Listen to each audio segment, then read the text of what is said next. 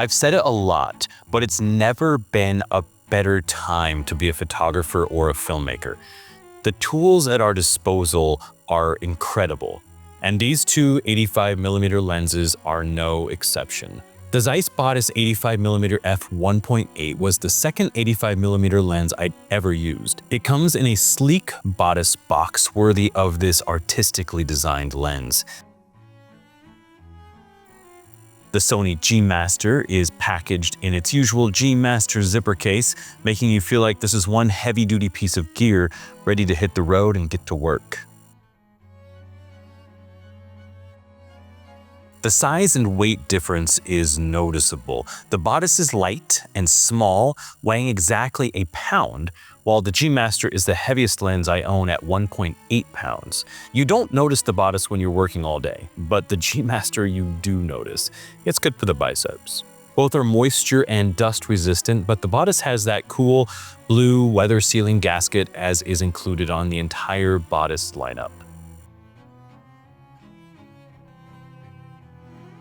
Now this is the area where I much prefer the G Master. The Batis has no manual controls on the lens itself, just the attractive yet underused OLED screen marking the depth of field and focusing distance. The G Master has the typical manual autofocus toggle switch, manual aperture ring, and switch to toggle the click of your aperture on and off, as is present with all G Master models. Both lenses are blazing fast in the autofocus category. The G Master certainly has a slight edge, but it's also quite a bit louder, which is to be expected with the size of this lens.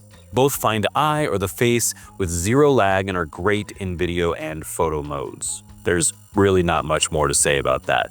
They're both great.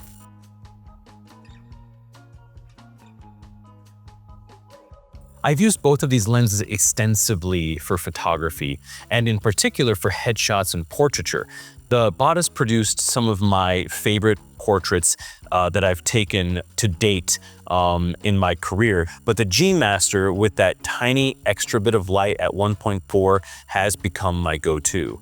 That said, when you compare the two lenses, you can see the difference in the contrast and in the dark spaces thanks to the lens coatings.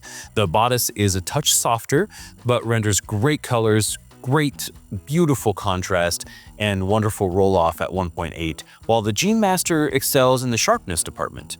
I love coloring the photos from both of these lenses in post, but I have to give the edge to the G Master.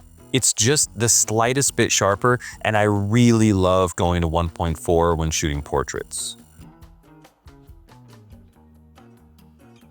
In video, these lenses perform in terms of sharpness and autofocus just as they do in photo mode, but the Batis may have a slight edge over the G Master if you use a lot of handheld or gimbal shots due to it being internally stabilized. The G Master, however, is not. That's really never been an issue for me because the G Master is so heavy, it kind of stabilizes itself. Now, I've used both lenses on the A7 III, which is my main camera, as well as on the FX9. And the combination of the Batis and the cinematic look of the FX9 is amazing, but I kept going back to the G Master because of how sharp it was. The G Master has become the only 85mm I use in video, usually pairing it with the 24mm G Master when I do two camera setups.